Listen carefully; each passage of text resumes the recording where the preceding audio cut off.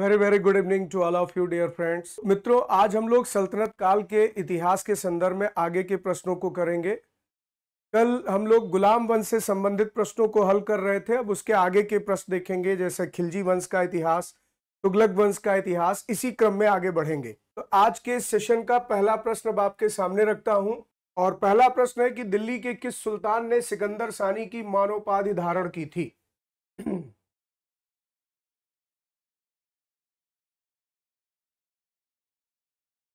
दिल्ली के किस सुल्तान ने सिकंदर सानी की उपाधि धारण की थी?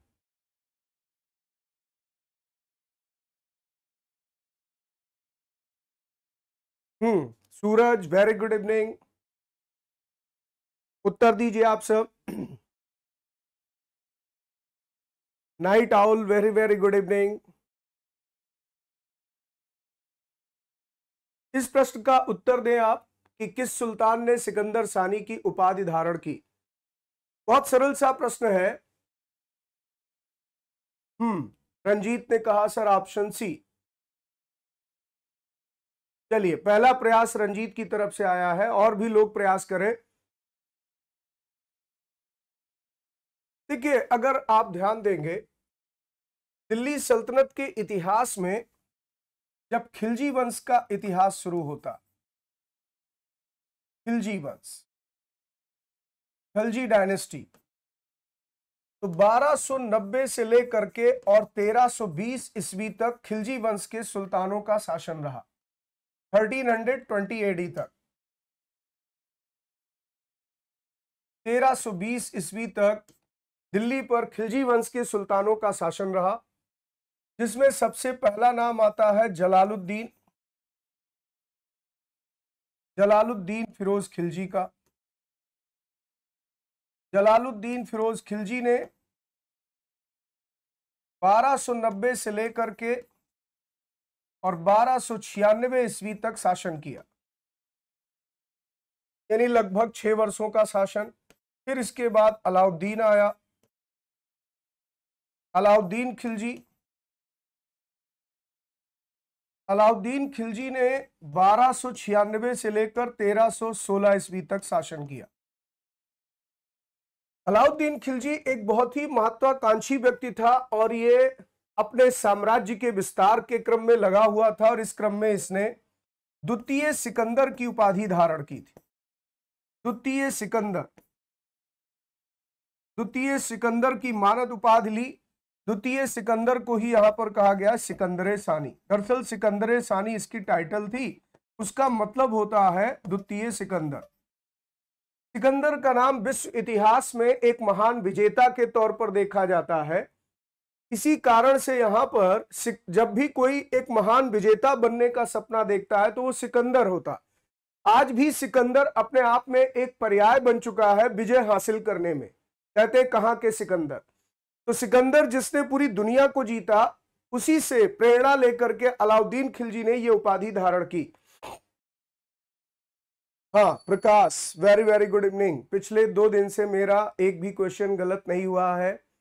जीएस में इंटरेस्ट ओनली आपने कर दिया है। प्रकाश, आपको भी बहुत बहुत धन्यवाद। ये आपका अनुशासन भी है, और आप बड़े मेहनती हैं कि आप इस तरह से आप प्रश्नों का सही उत्तर दे रहे हैं और लगातार प्रयास कर रहे हैं। तो अलाउद्दीन खिलजी द्वितीय सिकंदर भी रहा। दूसरा, अलाउद्दीन खिलजी ने भी एक योजना बनाई थी नया धर्म चलाने की। नया धर्म चलाने का इसने प्रयास किया था, लेकिन ये इसकी योजना थी।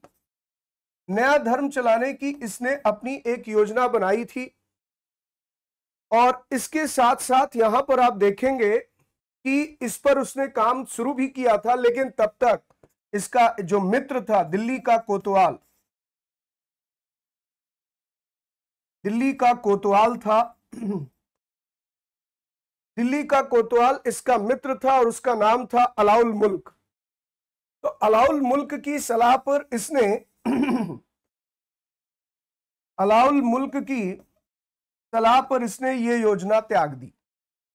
इसकी सलाह पर योजना त्याग दी, क्योंकि उलेमाओं का विरोध होने लगा था। तो अपने मित्र दिल्ली के कोतवाल अलाउल मुल्क की सलाह पर इसने योजना त्याग दी। क्यों? क्योंकि उलेमाओं का विरोध हुआ था। इस कारण से यहां पर आप कह सकते हैं कि अलाउद्दीन खिलजी के संदर्भ में दो महत्वपूर्ण तथ्य हैं। एक तो उसके विजय अभियान, द्वितीय सिकंदर के रूप में अपने आप को स्थापित करना चाहता था, इसीलिए उसने गुजरात से अपना विजय अभियान शुरू किया था। 1298 में उसने गुजरात से अपना विजय अभियान शुरू किया। फिर इसके बाद गुजरात को जीतने के बाद रणथंभौर जीता, रणथंभौर को जीतने के बाद चित्तौड़ जीता। फिर इसके बाद इसने मालवा के क्षेत्रों में भी विजय प्राप्त की और दक्षिण तक फिर इसका अभियान चला। तो यहां जो प्रश्न पूछा गया है, आप सबने बिल्कुल सही उत्तर लगाया। इस प्रश्न का उत्तर हो जाएगा अलाउद्दीन खिलजी, यानी ऑप्शन बी लगाना था। इस प्रश्न का उत्तर होगा ऑप्शन बी। चलिए, N K Shah, very very good evening. अगले प्रश्न पर आते हैं।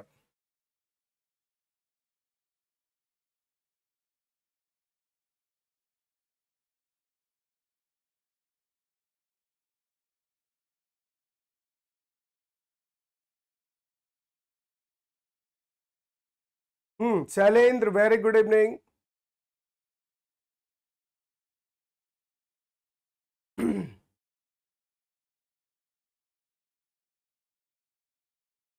उत्तर दीजिए। अलाउद्दीन खिलजी के प्रसिद्ध सेनापतियों में किसकी मंगोलों के विरुद्ध लड़ते हुए मृत्यु हुई थी? अलाउद्दीन खिलजी के प्रसिद्ध सेनापतियों में किसकी मंगोलों के विरुद्ध लड़ते हुए मृत्यु हुई थी? सर, आपका 25 डेज वाली क्लास प्लेलिस्ट में नहीं शो हो रही है, प्लीज उसको अपडेट करवा दीजिए। Vivek, very very good evening. 25 days वाली क्लास विवेक, मैं आज ही मैनेजमेंट से इस विषय पर बात कर लूंगा। आप मुझे 1-2 दिन का वक्त दीजिए विवेक, मैं मैनेजमेंट से बात करके देखता हूं कि वो क्लास अगर अपलोड नहीं है तो वो जरूर उस पर अपलोड करवाऊंगा। वेरी गुड गजेंद्र, बहुत अच्छा। आरती, वेरी गुड। और बिल्कुल सही उत्तर गजेंद्र आपने लगा, आंसर होगा जफर खान। अलाउद्दीन खिलजी के सेनापतियों में जफर खान का नाम बड़ा महत्वपूर्ण है। जफर खान इसके गुजरात विजय अभियान में भी शामिल था। गुजरात के विजय अभियान पर भी जफर खान इसके साथ था। और उसके बाद नाइट राहुल जी, आपने जो मैसेज लिखा उसके लिए फिलहाल धन्यवाद, और आपको मैसेज हटाने की जरूरत नहीं थी। यह आपके सम्मान और प्यार का एक प्रतीक है। बाकी मैं सामान्य तरीके से ही हूं। सनफ्लावर डे टाइम पे चमकता है, मैं तो अभी रात में आपके सामने हूं। और आपने कुछ बड़ी ही उपमा दे दी। साधारण सा वेशभूषा, साधारण सा व्यक्तित्व, कोई ऐसी बात नहीं, लेकिन हाँ, ये आप सबका बस एक सम्मान है। तो मैं कह रहा था जफर खां गुजरात के विजय अभियान में भी इसके साथ था। और जब अलाउद्दीन खिलजी के समय में मंगोलों का बार बार आक्रमण हुआ, मंगोलों को कई बार अलाउद्दीन खिलजी ने पराजित भी किया, क्योंकि अलाउद्दीन खिलजी के शासनकाल में ही नवीन मुसलमानों का विद्रोह हुआ था। नवीन मुसलमानों का विद्रोह, नवीन मुसलमानों का विद्रोह हुआ था। और ये जो नवीन मुसलमान कहलाए, ये कौन थे? दरअसल ये जलालुद्दीन फिरोज खिलजी के समय, ये जलालुद्दीन फिरोज खिलजी के समय, फिरोज खिलजी के समय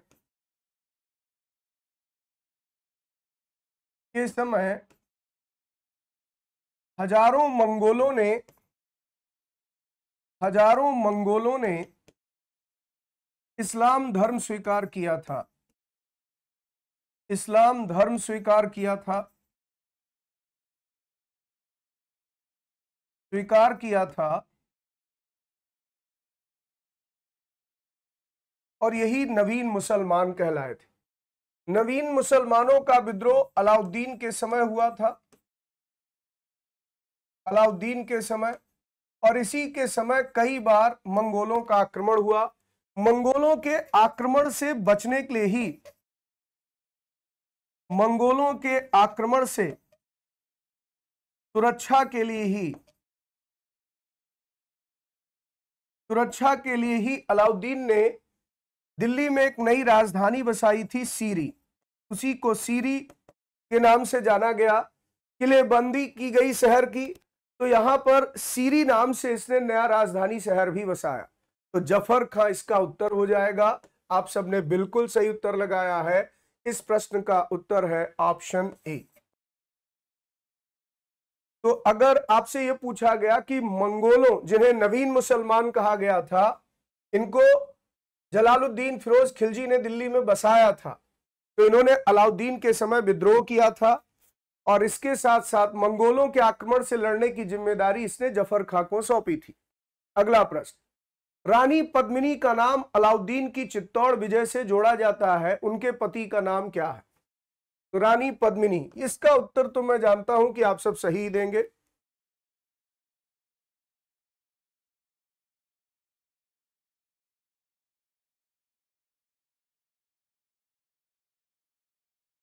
इसका उत्तर आप सब सही देंगे, बस उत्तर शाहिद कपूर मत दीजिएगा और ना रानी पद्मिनी में दीपिका पादुकोण उत्तर दीजिएगा। ना दीपिका पादुकोण की बात हो रही है, ना शाहिद कपूर की बात हो रही है। लेकिन हाँ, आपने वो मूवी जरूर देखी होगी, इसलिए मैं जानता हूं। अरे विवेक, ऐसे कैसे काम चलेगा? अब विवेक इसको भी गलत करोगे तो फिर इसका मतलब है कि इंडियन सिनेमा में आपकी रुचि नहीं है। ठीक, इंडियन सिनेमा में अगर आपकी रुचि होती विवेक, तो ये प्रश्न तो कम से कम गलत नहीं करते। विवेक आपने बताइए, राणा मान सिंह उत्तर लगा दिया, राजा मान सिंह, जबकि ये तो शायद मेरे ख्याल से सभी बच्चे इसका सही उत्तर देने की स्थिति में हैं, क्योंकि ये बड़ी चर्चित मूवी थी। और बिल्कुल, अच्छा नहीं देखा मूवी सर, कोई बात नहीं विवेक, मूवी नहीं देखा तो एक बार समय मिलेगा, मूवी वगैरह भी देखिए। मूवी देखते रहना चाहिए बच्चों को, अभी आप युवा अवस्था में हैं, लाइफ को एंजॉय भी करिए और साथ में पढ़ाई लिखाई भी करिए। तो राणा रतन सिंह बिल्कुल सही उत्तर है, ज्यादा कुछ बताने की इसमें आवश्यकता नहीं है। आंसर आप सब बिल्कुल सही लगा रहे हैं, आंसर डी। लेकिन बस इतना ध्यान रखिएगा कि ये जो पूरी कहानी है 1540 में एक बुक लिखी गई थी, उसका नाम था पद्मावत। पद्मावत, जिसकी रचना की थी मलिक मोहम्मद जायसी ने। मलिक मोहम्मद जायसी की यह पुस्तक है, मलिक मोहम्मद जायसी। और मलिक मोहम्मद जायसी का जो समय है वो आप देखेंगे शेरशाह सूरी, शेरशाह सूरी के संरक्षण में उसने इस काव्य की रचना की थी। बहुत बाद का समय। तो ये घटना, रानी पद्मिनी वाली जो घटना कि अलाउद्दीन ने चित्तौड़ को जीता, ये घटना लगभग 1303 ईस्वी की है। 1303 ईस्वी के आसपास उसने चित्तौड़ पर विजय प्राप्त की थी। चित्तौड़ को जीत करके अलाउद्दीन खिलजी ने चित्तौड़ का नाम बदल कर रख दिया था खिजराबाद, अपने बेटे के नाम पर। तो चित्तौड़ का नाम बदलकर उसने खिजराबाद रखा था, यह भी ध्यान रखिएगा। चित्तौड़ पर विजय अभियान के क्रम में पद्मावत में ऐसी चर्चा आती है, पद्मावत में उल्लेख मिलता है कि अलाउद्दीन ने रानी पद्मिनी को पाने के लिए चित्तौड़ पर आक्रमण किया। लेकिन यह पूरी तरह से सही नहीं है। चित्तौड़ उस समय मेवाड़ की राजधानी थी, ये मेवाड़ की राजधानी थी और यहाँ के राजा थे राणा रतन सिंह। और राणा रतन सिंह का जो ये राज्य था, ये राजपुताना का एक गढ़ था और अलाउद्दीन खिलजी राजपुताना के इलाके में अपना प्रभाव चाहता था। संभवतः ये कारण रहा हो कि इसके सामरिक महत्व के कारण अलाउद्दीन ने चित्तौड़ पर विजय प्राप्त की हो। फिलहाल इस प्रश्न में जो पूछा गया उसका उत्तर आप सब जानते थे, राणा रतन सिंह। लेकिन 2-3 फैक्ट और ध्यान रखिए। एक तो चित्तौड़ की विजय का समय क्या रहा, दूसरा चित्तौड़ पे जो उसका आक्रमण हुआ रानी पद्मिनी के उद्देश्य से, ये किस ग्रंथ में इस तरह की चर्चा है, तो पद्मावत में। पद्मावत किसने लिखी है, तो मलिक मोहम्मद जायसी ने। मलिक मोहम्मद जायसी किसके समकालीन थे, शेरशाह सूरी के। लेकिन इन्होंने इस घटना का जिक्र अपने इस कथानक में किया है, पद्मावत में किया है। ठीक, चित्तौड़ का नाम बदलकर अलाउद्दीन ने अपने बेटे के नाम पर खिजराबाद कर दिया, क्योंकि अलाउद्दीन के बेटे का नाम था खिज्र खां, तो उसने खिज्र खां के नाम पर इस नगर का नाम रखा खिजराबाद, और यह मेवाड़ की राजधानी थी। चलिए अगला प्रश्न हल करिए।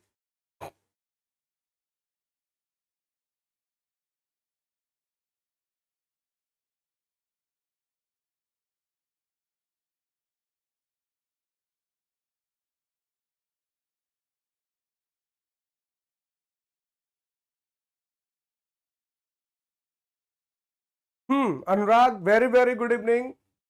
अनुराग, बहुत बहुत मेरी आपको शुभाशीष, और बड़े दिन बाद आप दिखते हैं। मुखर्जी नगर आपका बहुत दिनों से आना भी नहीं हुआ, स्वास्थ्य वगैरह सब ठीक ठाक चल रहा है ना? सर जी, टेक्स्ट बुक का मॉक टेस्ट ठीक रहता है क्या? आपके हिसाब से कौन सा ठीक होता है, प्लीज बताइए ना सर। प्रकाश, देखिए मैं तो आपको यह सलाह दूंगा कि आप ऑनलाइन टेस्ट के साथ साथ कोशिश करिए कि ऑफलाइन, ऑफलाइन का मतलब ये हुआ कि आप कुछ किताबें जमा करिए, जैसे प्रीवियस ईयर पेपर का एक क्वेश्चन बैंक ले लीजिए, घटना चक्र वालों की बुक बहुत अच्छी आती है।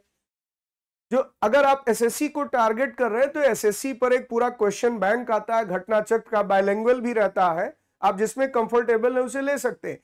एक बुक रखिए कम से कम जिसमें प्रीवियस ईयर पेपर का एक कलेक्शन हो, चैप्टर वाइज। मैं ज्यादातर उसमें से क्वेश्चंस उठाता हूं।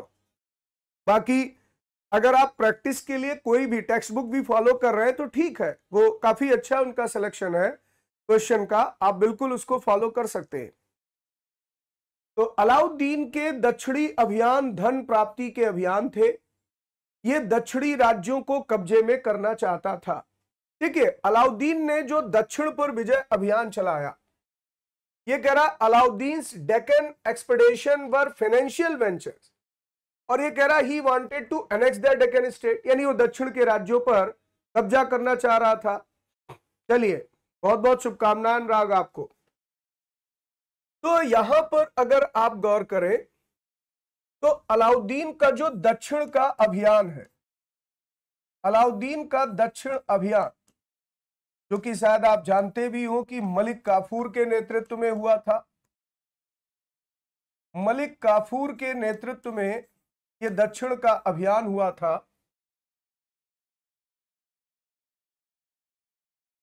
और मलिक काफूर ने दक्षिण के क्रम में आप देखें तो जैसे देवगिरी से लेकर, देवगिरी पर उसने आक्रमण किया, फिर उसने वारंगल पर आक्रमण किया, वारंगल जिसकी राजधानी उस समय तेलंगाना थी, तेलंगाना। फिर इसी तरीके से उसने होयसल राज्य पर आक्रमण किया जो द्वार समुद्र था, द्वार समुद्र राज्य पर होयसल यहां पर शासन करते थे। या इसी तरीके से उसने मदुरै तक आक्रमण किया। तो दक्षिण के विजय अभियानों का जो उसका उद्देश्य था, अगर आप देखें तो आप कह सकते हैं कि महाराष्ट्र से लेकर और लगभग तमिलनाडु के किनारे तक इन्होंने ये अपना अभियान चलाया। और इतने बड़े भूभाग पर, दक्षिण के भूभाग पर प्रत्यक्ष नियंत्रण करना अलाउद्दीन के लिए संभव नहीं था। अलाउद्दीन ये जानता था कि दक्षिणी राज्यों पर प्रत्यक्ष नियंत्रण रखना मुश्किल है, और उत्तर भारत और दक्षिण भारत को संयोजित करने में कुछ व्यवहारिक कठिनाई थी, क्योंकि दक्षिण का क्षेत्र आप जानते हैं उत्तर से लगभग भौतिक रूप में भी बहुत अलग था, पठारी इलाका, पहाड़ियों से घिरा इलाका। ऐसे में उत्तर और दक्षिण को एक साथ नियंत्रित रखना मुश्किल था। अलाउद्दीन इसलिए बहुत ही, आप कह सकते हैं, व्यवहारिक राजनेता था। इस व्यवहारिक बात को समझते हुए वो दक्षिणी राज्यों को कब्जे में नहीं करना चाहता था। तो ये तो स्टेटमेंट गलत हो गया, लेकिन ये स्टेटमेंट उसका सही है कि दक्षिण अभियान का मुख्य उद्देश्य उसका धन प्राप्ति था। तो ए सही है लेकिन आर गलत है, और इसलिए यहां पर उत्तर आपको लगाना था बच्चों ऑप्शन सी। तो आंसर हो जाएगा ऑप्शन सी, ना कि यहां पर कोई अन्य उत्तर होगा। इसलिए क्योंकि दक्षिणी राज्यों को कब्जे में नहीं चाहता था। दक्षिण पर उसके विजय अभियान का मुख्य उद्देश्य केवल धन की लूट थी, धन जमा करना था, और इसीलिए उसने दक्षिण के जीते हुए राज्यों को उनसे धन लेकर के वापस लौटा दिया। तो यहां पर इसलिए आंसर सी लगाएंगे। चलिए अगला प्रश्न आते हैं। हाँ, it's Sachu, very very good evening, आपका बहुत बहुत स्वागत है सचू जी।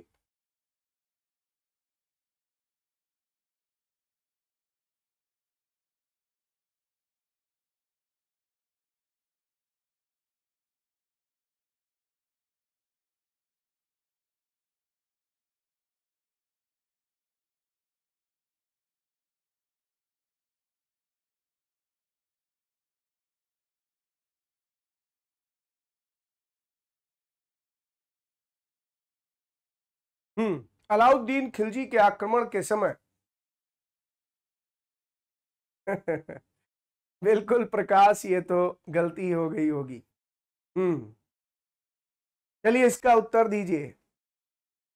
पूछा गया है अलाउद्दीन खिलजी के आक्रमण के समय देवगिरी का शासक कौन था, इसका उत्तर आप सब दें।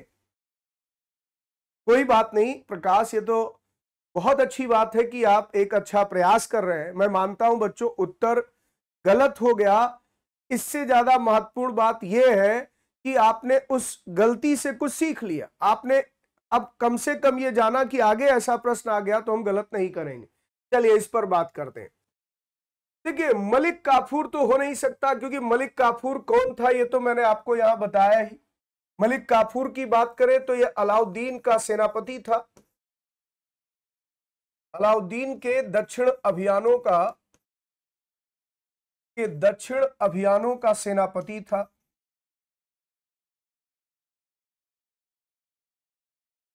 सेनापति, इसकी चर्चा तो मैंने अभी थोड़ी देर पहले ही की। दूसरा राणा रतन सिंह, ये मेवाड़ के शासक थे। मेवाड़ जिसकी राजधानी थी चित्तौड़, यहां के शासक थे ये, जो अलाउद्दीन से पराजित हुए थे। और प्रताप रुद्रदेव ये वारंगल के शासक थे। वारंगल यानी जिसकी राजधानी थी तेलंगाना के काकतीय राजा, काकतीय वंश के राजपूतों का यहां शासन था, उसी के ये शासक थे। जब अलाउद्दीन खिलजी का आक्रमण हुआ दक्षिण में मलिक काफूर के नेतृत्व में, तो प्रताप रुद्रदेव ही उस समय तेलंगाना के राजा थे। तरुण, मेरा जो जीएस का कंप्लीट बैच है तरुण, मैं मुखर्जी नगर में बच्चों को ऑफलाइन पढ़ाता हूं। मेरी खुद की कोचिंग है इंसेप्शन, और मेरी क्लासेस मुखर्जी नगर में चलती हैं। वो ऑफलाइन क्लासेस होती है। अगर आप यहां पर ऑनलाइन पढ़ना चाहते हैं तो मैं अभिनय मैथ्स पर भी पढ़ाता हूं। अभिनय मैथ्स पर मेरे जीएस का पूरा फाउंडेशन कोर्स अवेलेबल है। आपके पास एक बेस्ट ऑप्शन है कि आप अभिनय मैथ्स एप्लीकेशन डाउनलोड करें और उसके बाद उस पर आप यहां पर ऑनलाइन कोर्सेज फॉलो कर सकते हैं, जिसमें जीएस फाउंडेशन के नाम से आपको मेरा पूरा कोर्स मिल जाएगा, जिसमें मैं आपको पॉलिटी मैं ही पढ़ाऊंगा, इकोनॉमिक्स मैं ही पढ़ाऊंगा, हिस्ट्री मैं ही पढ़ाऊंगा, ज्योग्राफी मैं ही पढ़ाऊंगा। तो यहां पर आंसर क्या हो जाएगा? रामचंद्र देव। एक बात और ध्यान रखिएगा कि रामचंद्र देव तो आंसर है ही, यानी आंसर हो गया ऑप्शन ए। लेकिन इसके साथ साथ यह भी ध्यान रखिएगा कि यह कहानी क्या है। देवगिरी राज्य पड़ता था महाराष्ट्र में, और यहां पर यादव वंश का शासन था। यादव वंश के राजाओं का शासन था और इसके शासक थे रामचंद्र देव। अलाउद्दीन ने रामचंद्र देव पर या देवगिरी पर पहला आक्रमण किया था 1296 में जलालुद्दीन के समय, जलालुद्दीन फिरोज खिलजी के समय।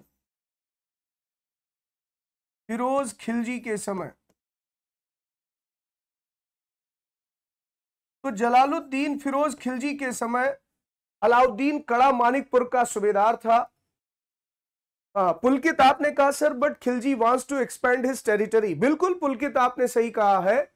अलाउद्दीन खिलजी अपने राज्य का विस्तार करना चाहता था, यह उसकी महत्वाकांक्षा थी। लेकिन अलाउद्दीन खिलजी बहुत ही यथार्थवादी शासक था। यथार्थवादी कहते हैं जो बहुत प्रैक्टिकल अप्रोच में सोचे। उस समय दक्षिण पर प्रत्यक्ष नियंत्रण रख पाना वो उत्तर के शासकों के लिए संभव नहीं था। बल्कि पुलकित आपको बता दें कि आगे चलकर मोहम्मद बिन तुगलक से यही गलती हुई। उसने सोचा हम दक्षिण पर भी अपना नियंत्रण बनाए रखेंगे और दिल्ली से राजधानी देवगिरी ले गया, लेकिन उसकी योजना फेल होने लगी। तो अलाउद्दीन इस बात को बखूबी जानता था, इसलिए वो दक्षिण के राज्यों को जीतकर अपना मान बढ़ाना चाहता था, गौरव बढ़ाना चाहता था। तो गौरव पाने के लिए, धन पाने के लिए उसकी लालसा थी, लेकिन उन राज्यों के प्रति जो उसकी नीतियां थी वो राज्य जीतकर उन्हें लौटा दिया गया। जैसे वारंगल को जीतकर उसने यहां प्रताप रुद्रदेव को उसका राज्य लौटा दिया, यहां तक कि देवगिरी पर भी कब्जा नहीं किया गया। उद्देश्य यही था कि उनसे एक नियमित नजराना मिलता रहे, उनसे धन मिलता रहे और बाकी वो स्वतंत्र रूप से राज्य चलते रहे। इसलिए जो स्टेटमेंट था उसमें भी स्टेटमेंट गलत है पुलकित, ठीक है। तो यादव वंश, मैंने कहा रामचंद्र देव यहाँ के राजा थे। पहला आक्रमण 1296 में जलालुद्दीन फिरोज खिलजी के समय में अलाउद्दीन ने ही किया था,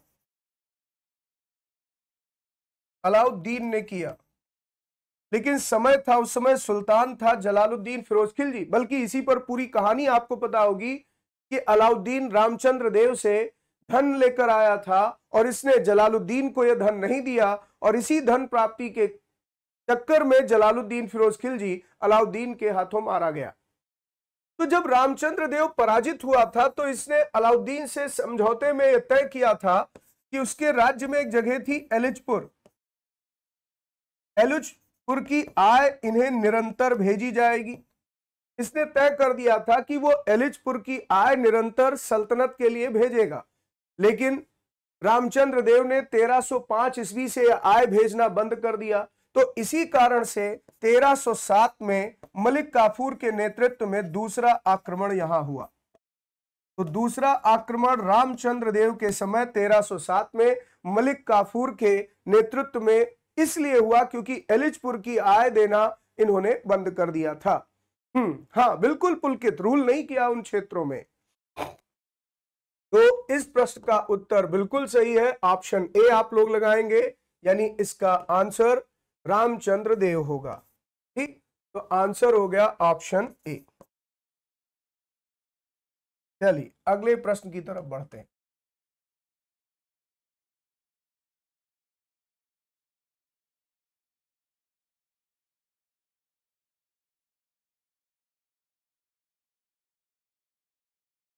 इसका आंसर दीजिए बच्चों। यहां पर आपके सामने दो लिस्ट है और इसको आपको मैच करना है, ठीक है। ये बताना है कि अलाउद्दीन खिलजी ने जब आक्रमण किया तो यहां के शासक कौन थे। अभी डिस्कशन से ही आपको बहुत सारी चीजें रिलेट करके मिल गई होंगी। सर जी हिस्ट्री कंप्लीट होने के बाद एक वीक कंप्लीट हिस्ट्री के क्वेश्चंस करवाते, ऐसी मेरी प्रार्थना है आपसे। कंप्लीट हिस्ट्री का, अच्छा ठीक है, बिल्कुल मैं प्रयास करूंगा। हिस्ट्री का आप शायद मिक्स कह रहे हैं कि हिस्ट्री का एक कंप्लीट पेपर बनाया जाए जिसमें मिक्स क्वेश्चंस हो। अगर ऐसा कुछ प्रकाश चाहते हैं तो मैं जरूर करूंगा। पहले मैं चैप्टर वाइज चल रहा हूं, फिर एक बार मिक्स क्वेश्चंस भी करा लेंगे। तो देखिए यहां पर राज्यों के नाम दिए गए हैं, इधर आपको मैच करना है और मैंने अभी अभी जो डिस्कशन किया उसी से आप मैच कर देंगे कि सर देवगिरी में राजा रामचंद्र थे, यानी सी का ऑप्शन 2 हो जाएगा, और चित्तौड़ के राजा राणा रतन सिंह थे। तो ये तो दो आपको पता ही है, और साथ में यहां रिलेट कर दे तो रणथंभौर के शासक खम्मीर देव हो गए और गुजरात का शासक था राय कर्णदेव। तो जिस समय अलाउद्दीन ने गुजरात पर आक्रमण किया था, अलाउद्दीन का जो गुजरात अभियान था वो पहला अभियान था। गुजरात पर आक्रमण 1298, ये अलाउद्दीन का पहला अभियान था। अलाउद्दीन का पहला अभियान, पहला अभियान। गुजरात का देखिए व्यापारिक महत्व था, अरब से व्यापारिक संपर्क गुजरात का था और इसलिए गुजरात अलाउद्दीन अपने अधिकार में चाहता था। उस समय यहां बघेल राजपूतों का शासन था, बघेल राजपूत यहां शासन करते थे और शासक था राय कर्णदेव। राय कर्णदेव यहां के शासक थे। कहानी इस तरह से घटित हुई थी कि कर्णदेव की जो बेटी थी जिसका नाम था देवल देवी, देवल देवी ये कर्णदेव की पुत्री थी। अलाउद्दीन का बेटा खिज्र खां देवल देवी से विवाह करना चाहता था, लेकिन जब रायकर्ण ने इस प्रस्ताव को ठुकरा दिया तो अलाउद्दीन ने इसी को बहाना बनाकर इस पर आक्रमण कर दिया। रायकर्ण पराजित हुआ, लेकिन वो अपनी बेटी की प्रेस्टीज या सतीत्व की रक्षा करने के लिए उसको लेकर यहां से देवगिरी राज्य चला गया। रायकर्ण की जो पत्नी थी कमला देवी, कमला देवी से अलाउद्दीन ने विवाह कर लिया, इससे अलाउद्दीन का विवाह हो गया।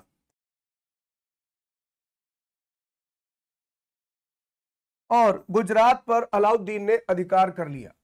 इसी गुजरात विजय अभियान के दौरान खंभात की खाड़ी में, खंभात की खाड़ी से जो लगा हुआ क्षेत्र था, जो कैम्बे के नाम से भी जाना जाता है, कैम्बे, यहां से ही उसने 1000 दीनार में 1000 दीनार देकर एक गुलाम खरीदा था और उसी का नाम था मलिक काफूर। तो मलिक काफूर को गुजरात विजय अभियान से ही अलाउद्दीन खरीद कर लाया था 1000 दीनार में, इसीलिए इसका नाम 1000 दिनारी भी पड़ा। यही मलिक काफूर आगे चलकर अलाउद्दीन का सबसे वफादार सिपाही सलार बना। तो ये गुजरात के संदर्भ में मैंने आपको बताया कि कर्णदेव यहाँ के राजा थे गुजरात के। बाकी हम लोगों ने चित्तौड़ का डिस्कशन किया ही, राणा रतन सिंह, और इसके साथ साथ देवगिरी में राजा रामचंद्र देव। गुलाब साहब वेरी वेरी गुड इवनिंग। कोई बात नहीं, आप यहां से कंटिन्यू कर लीजिए, आगे आप वीडियो देख करके प्रश्नों को हल कर लीजिएगा। किस सुल्तान में के काल में खालिसा भूमि अधिक पैमाने में विकसित की गई? During the regime of which Sultan was the Khalisa land developed on a large scale?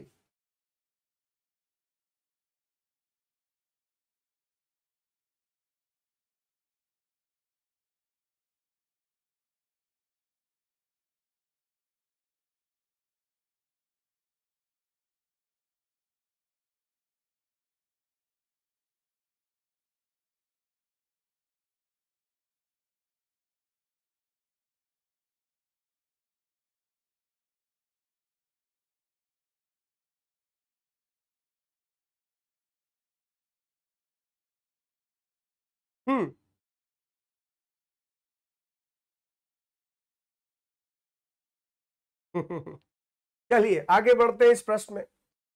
देखिए, इस प्रश्न को हल करने के लिए बच्चों बहुत जरूरी है कि आप कुछ शब्दावली को जाने। जैसे एक टर्म है मिल्क, ठीक है, एक टर्म है वक्फ और एक टर्म है खालिसा। ये 3 टर्म आप पहले समझें। जो यहां पर मिल्क शब्द है, मिल्कियत शब्द का प्रयोग किया जाता है, ये मतलब होता है राज्य द्वारा प्रदान की गई भूमि, प्रदान की गई भूमि, या जागीर बोलते थे, जागीर।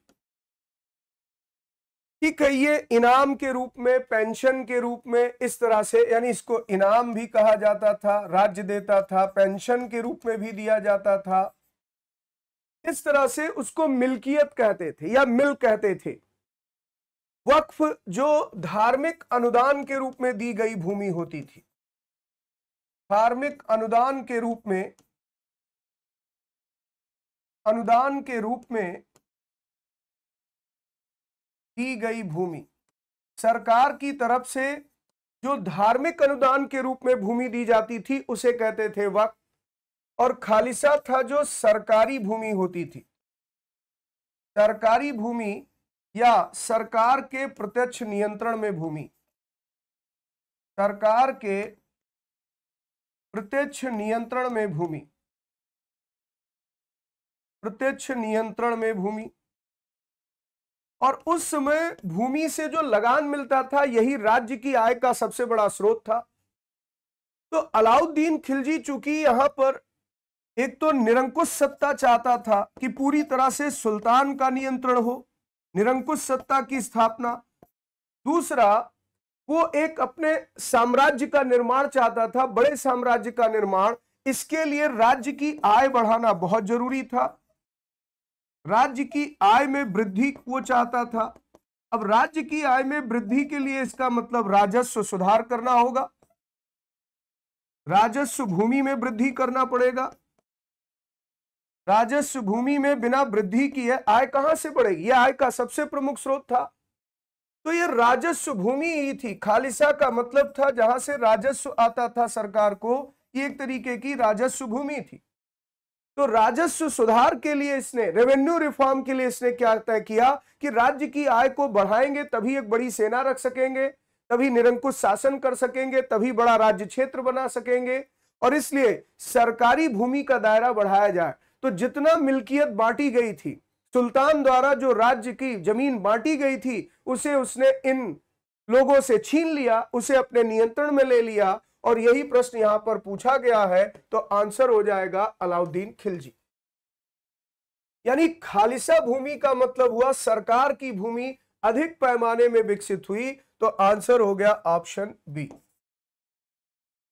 तो सुल्तान लोग अक्सर अपने समर्थकों को, अमीर वर्ग के लोगों को यहां सरकारी जमीन अनुदान में बांटते थे, इनाम में बांटते थे, उनके आय के स्रोत के रूप में बांटते थे, जिसको मिल्कियत कहते थे। तो इसने यहां पर मिल्कियत और वक्फ की जमीनों को भी हड़प करके राजस्व भूमि में वृद्धि की, और इसी से राज्य की आय भी बढ़ी। चलिए अगला प्रश्न।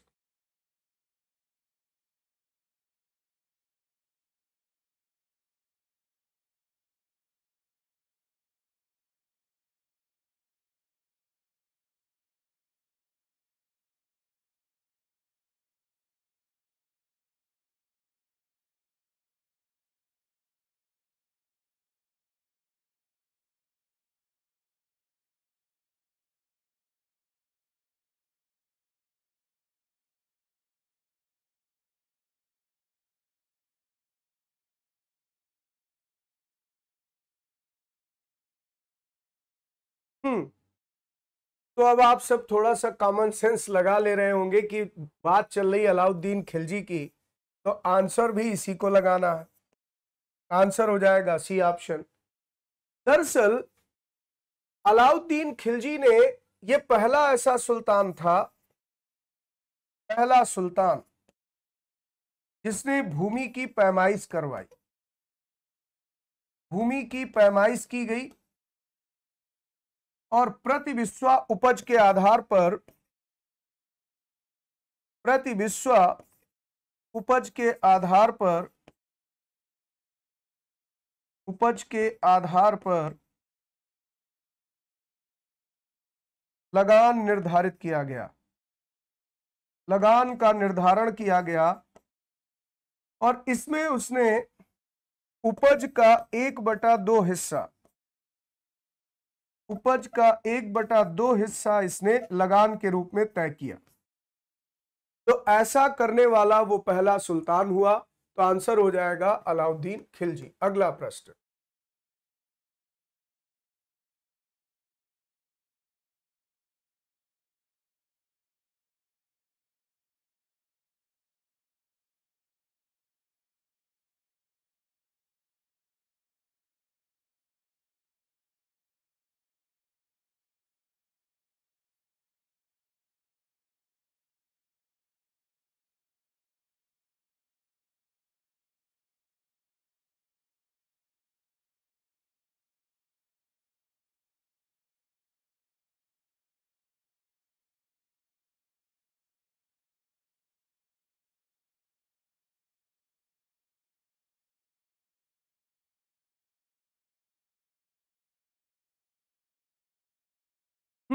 देखिए यहां पर जो बाजार सुधार की बात करते हैं, बाजार सुधार, बाजार सुधार का मतलब यह था कि कीमतों पर नियंत्रण, वस्तु की कीमतों पर नियंत्रण। इसके लिए उसने क्या किया, राज्य द्वारा तय कीमत, राज्य द्वारा निर्धारित कीमत पर वस्तुओं की बिक्री, निर्धारित वस्तुओं की निर्धारित कीमत पर वस्तुओं की बिक्री, वस्तुओं की बिक्री उसने तय करवाई। इसके अतिरिक्त सरकारी राशन की दुकानें खोली गई, सरकारी दुकानें खोली गई, जैसे सराय अदल, सराय अदल खोला गया जो कपड़े का बाजार था। सराय अदल कहते थे कपड़ा बाजार। कपड़े के बाजार को। फिर इसके अलावा आप देखेंगे ऐसे ही अनाज का बाजार खोला गया, अनाज की दुकानें खोली गई, कोटा और राशनिंग सिस्टम शुरू किया गया, कोटा एवं राशनिंग सिस्टम, राशनिंग प्रणाली उसने शुरू की। फिर इसके बाद बाजार में सही कीमत से चीजें रहें, इसके लिए उसने क्या किया, बाजार अधीक्षक नियुक्त किया, बाजार अधीक्षक बनाए गए, बाजार अधीक्षक, जिन्हें सहनाए मंडी कहा जाता था, सहनाए मंडी, सहनाए मंडी। प्रकाश दीवाने रियासत, तो आप जो कह रहे हैं वो राजस्व व्यवस्था में सुधार से जुड़ा हुआ था, तो यहां पर उन्हें पुलकित सहनाए मंडी कहते थे। सर 3 टाइप के मार्केट को रेगुलेट करने वालों को क्या कहते थे, सहनाए मंडी हुआ करते थे, बाजार के अधीक्षक। जैसे इसने मलिक कबूल को बाजार अधीक्षक नियुक्त किया था, मलिक कबूल को इसने बाजार अधीक्षक के रूप में नियुक्त किया था, जो बाजार की जांच पड़ताल करते थे। तो उसके इस पूरी व्यवस्था को कहते हैं कि कीमतों पर नियंत्रण रहे सरकार का, प्रशासित कीमतें हो, एडमिनिस्ट्रेटेड प्राइस पर ही सामान बेचा जाए, उसके इस पूरी प्रणाली को नाम दिया गया बाजार सुधार। तो मार्केट रिफॉर्म का मतलब ही हुआ कि प्राइस कंट्रोल गवर्नमेंट करे, और इस आधार पर यहां पर अलाउद्दीन खिलजी ने इसमें काफी सफलता पाई। तो अलाउद्दीन खिलजी तो आंसर होगा ही होगा। बाजार सुधार के माध्यम से मैं आपको ये 2-3 फैक्ट और भी क्लियर करना चाह रहा था, तो आंसर हो गया फिलहाल इस प्रश्न का ऑप्शन बी। लेकिन साथ में ध्यान रखें कि इसके बाजार सुधार के अंतर्गत ये चीजें लागू थी। चलिए अगले प्रश्न पर आइए। निम्न मुस्लिम बादशाहों में से किस एक ने मूल्य नियंत्रण पद्धति को पहली बार लागू किया? अभी अभी डिस्कस किया है, तो मैं जानता हूं आप सब सही करेंगे।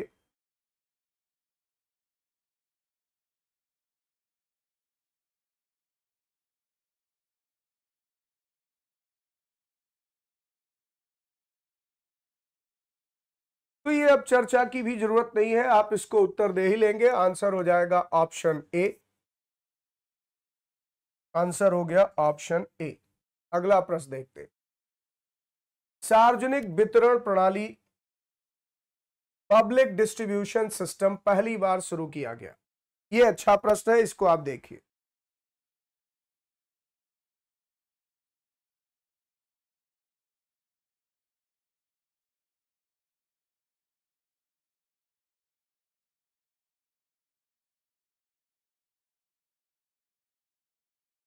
देखिए पब्लिक डिस्ट्रीब्यूशन सिस्टम का मतलब क्या होता है, अभी तो बताया था। सरकारी राशन की दुकानें, सरकारी राशन की दुकानें,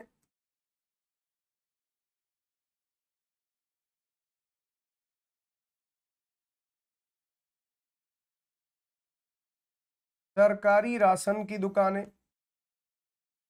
जिसको हम कोटा राशनिंग कहते हैं, कोटा राशनिंग, जहां पर आपको एक निश्चित कीमत पर एक निश्चित मात्रा में अनाज उपलब्ध कराया जाता है। या फिर जैसे सराय अदल का बाजार था, सरकार की तरफ से कपड़ा बाजार खोला गया था। तो जो सरकारी दुकानें होती है उसका पर्पस क्या होता है कि लोगों को सही कीमत पर, उचित कीमत पर उपलब्ध हो चीजें। तो यही अभी हम लोग डिस्कस कर रहे थे। आंसर हो जाएगा ऑप्शन ए।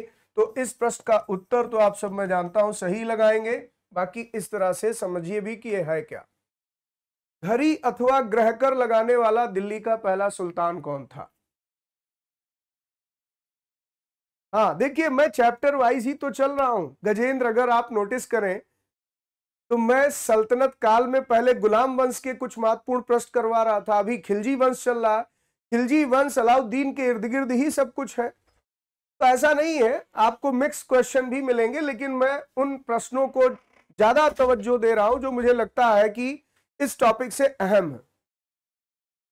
तो घड़ी अथवा ग्रहकर लगाने वाला दिल्ली का पहला हाँ, रजनीश शर्मा जी, मेरी थ्योरी की भी क्लासेस चलती है, बिल्कुल। तो घड़ी अथवा ग्रहकर लगाने वाला दिल्ली का पहला सुल्तान कौन था? अलाउद्दीन खिलजी। आप आंसर लगाएंगे तो मुझे पता ही है, आंसर हो गया ऑप्शन बी। तो घड़ी और चरी, ये दो उसने महत्वपूर्ण कर लगाए थे, घड़ी और चरी, ठीक है। इसी तरीके से फिरोज शाह तुगलक ने यहां पर एक महत्वपूर्ण कर लगाया था जिसको सुर्स कहा जाता था। सुर्स, ये था सिंचाई कर, ये था सिंचाई कर जो फिरोज शाह तुगलक ने लगाया था। और फिर घड़ी और चरी, घड़ी ग्रह कर था, ग्रह कर था, और चरी यहां पर जो घास के मैदानों में चारागाह भूमि होती थी, घास के मैदान जो चारागाह भूमि थी उस पर अगर पशुचारण कराया जाता था तो इसके लिए यहां पर कर चुकाना पड़ता था। तो घड़ी और चरी नाम से उसने कर लगाए। अगला प्रश्न,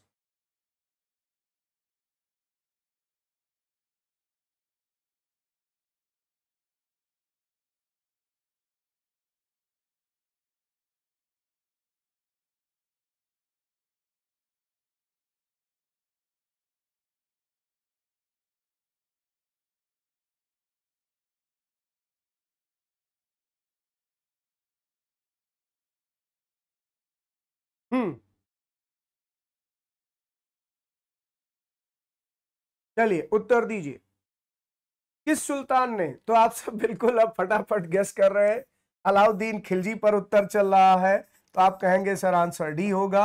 अलाउद्दीन खिलजी ने एक स्थायी सेना गठित की थी, एक परमानेंट आर्मी, और यहां पर उसने न केवल एक विशेष सेना को नियुक्त कैसे किया, तो आप कह सकते पहला सुल्तान हुआ, पहला सुल्तान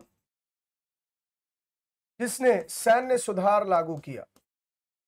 सैन्य सुधार कैसे? तो एक तो दाग और हुलिया प्रथा शुरू की, दाग एंड हुलिया। दाग एंड हुलिया क्या था? दाग था घोड़ों की पहचान, घोड़ों की पहचान की गई, जो सेना के घोड़े थे उनको आइडेंटिफाई किया गया, उनकी मार्किंग की गई।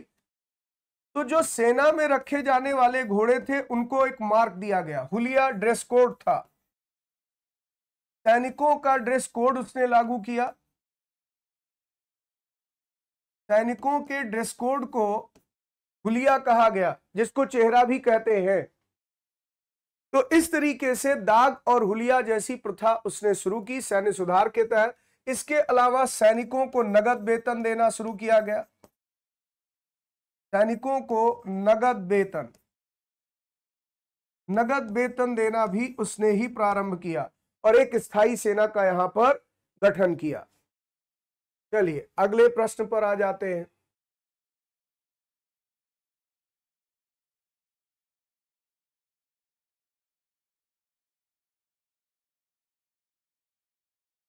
नेक्स्ट क्वेश्चन, इसका उत्तर बताइए।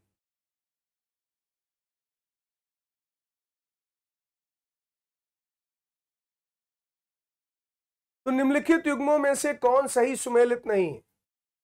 यह बताना है कि इसमें से कौन सा सही सुमेलित नहीं है।